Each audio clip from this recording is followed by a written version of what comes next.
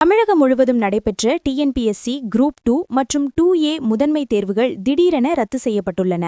Virudhunagar KVS மேல்நிலைப் பள்ளியில் அமைக்கப்பட்டிருந்த மையத்தில் காலை மற்றும் மாலை என மொத்தம் 459 தேர்வர்கள் தேர்வு எழுதவிருந்தனர்.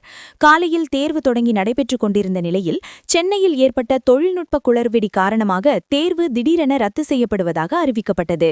இதையடுத்து காலை 11:30 மணியளவில் தேர்வர்களிடமிருந்து வினாத்தாள்கள் திரும்பப் பெறப்பட்டன. முற்பகல் மற்றும் பிற்பகல் ஆகிய 2 தேர்வுகளுமே ரத்து செய்யப்படுவதாக அதிகாரிகள் தெரிவித்தனர். மாத கணக்கில் தயாராகி வந்த தேர்வர்கள் கடும் அதிர்ச்சியுடனும் ஏமாற்றத்துடனும் தேர்வு மையத்தை விட்டு வெளியேறினர்.